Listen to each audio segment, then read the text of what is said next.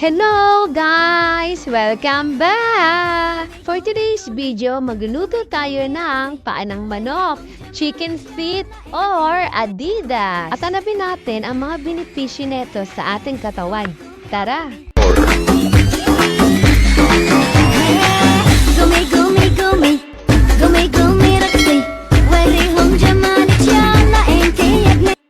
Maraming may ayaw na kumain ng manok o Adidas. Madalas natin makita to sa ihaw-ihaw. Pero alam niyo ba kung bakit tinawag na Adidas ang paanong manok? Marahil inihantulad ito sa itsura ng logo ng sikat na sapatos ng Germany. Dahil sa paplong parang kuko ng manok.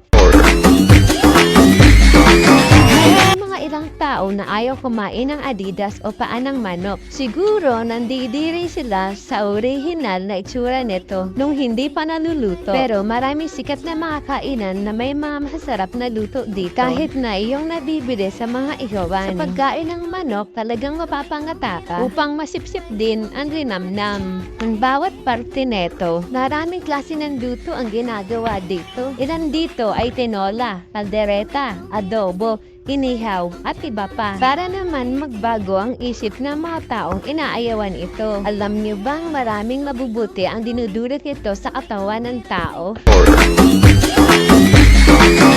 Ating alamin ang mga naiitulong ng pagkain ng paanang manok sa ating kalusugan. Ito ay makakapagpatibay ng ating buto.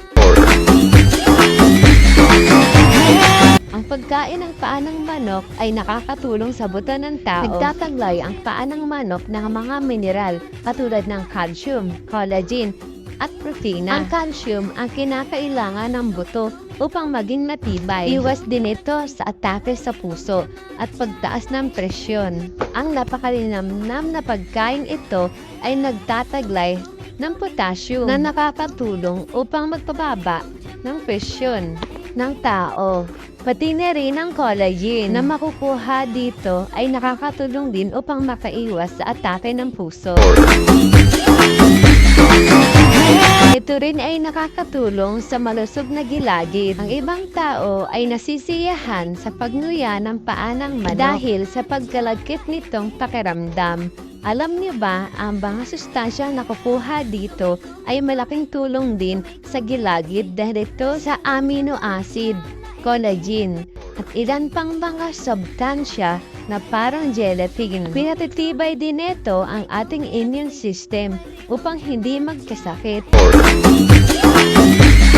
Nakakatulong din ang pagkain ng chicken feet upang hindi magkasakit. Nagtataglay ang paanang manok ng maraming minerals katulad ng phosphorus, zinc, at copper na naghihiwas na magkaroon ng karamdaman at nakakapagpaganda rin ito ng ating balat. Ang collagen ang isa sa nakakatulong upang gumanda ang ating mga balat dahil tinutulungan ng minerals na ito upang gumawa ng bagong cells at nakakatulong upang maging makinis ang ating balat. Malaking tulong din ito para sa may mga problema sa digestion. Ang masarap at malinamnam na pagkain ng paanang manok ay nakakatulong din sa metabolismo ng ating katawan upang magkaroon ng maayos ng digestion dahil sa mga minerals na nakapaloob dito. Mas mainam din ito sa may sabaw upang mahigop katulad ng tinola.